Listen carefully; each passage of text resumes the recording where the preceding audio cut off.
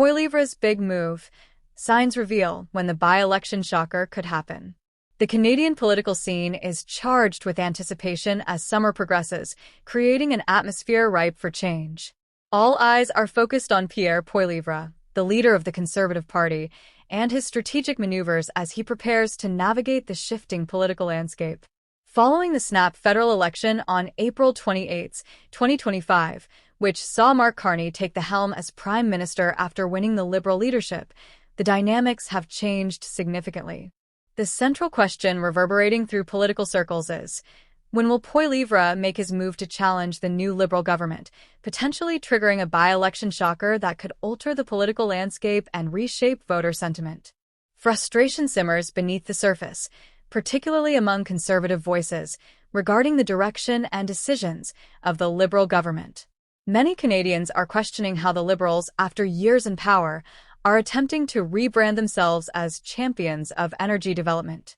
This rebranding effort is met with widespread skepticism, given the government's past actions, including legislation that stalled crucial pipeline projects and imposed restrictive environmental measures that many argue undermine the energy sector's growth and economic stability.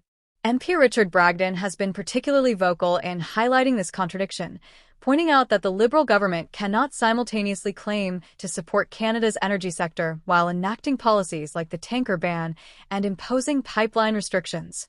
This inconsistency not only fuels public skepticism but also raises substantial questions about the government's true intentions regarding energy development and its commitment to fostering economic growth in a sector vital for many Canadians.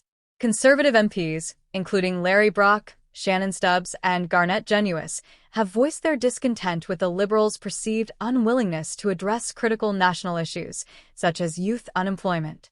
They have highlighted the alarming rise in the number of young Canadians who are not in employment, education, or training NET, suggesting that the government is out of touch with the economic challenges facing younger generations. This disconnection is particularly troubling in a time of economic uncertainty, where youth are bearing the brunt of rising costs of living and limited job opportunities, leading to increased frustration and disillusionment among young voters. Even legacy media outlets are beginning to express disillusionment with the Liberal government's actions. Althea Raj, a prominent panelist on CBC, openly criticized the Liberals for what she described as consolidating power through omnibus bills that undermine essential parliamentary oversight and transparency.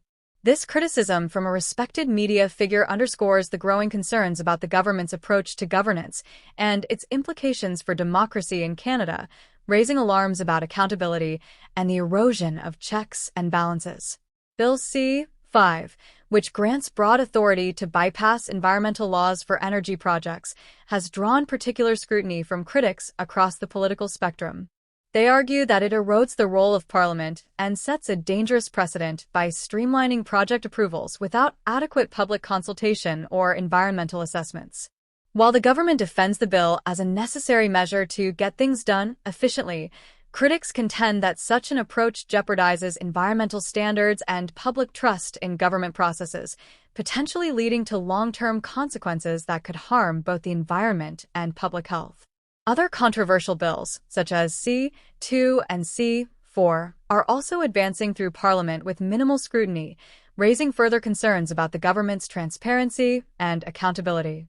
These bills expand police powers, weaken privacy protections, and grant state agencies greater latitude in handling surveillance and personal data. Critics view these measures as attempts to centralize power and stifle dissent, while the government maintains that they are necessary to modernize governance in a rapidly evolving world marked by technological advancements and security challenges, creating a complex debate about the balance between security and civil liberties.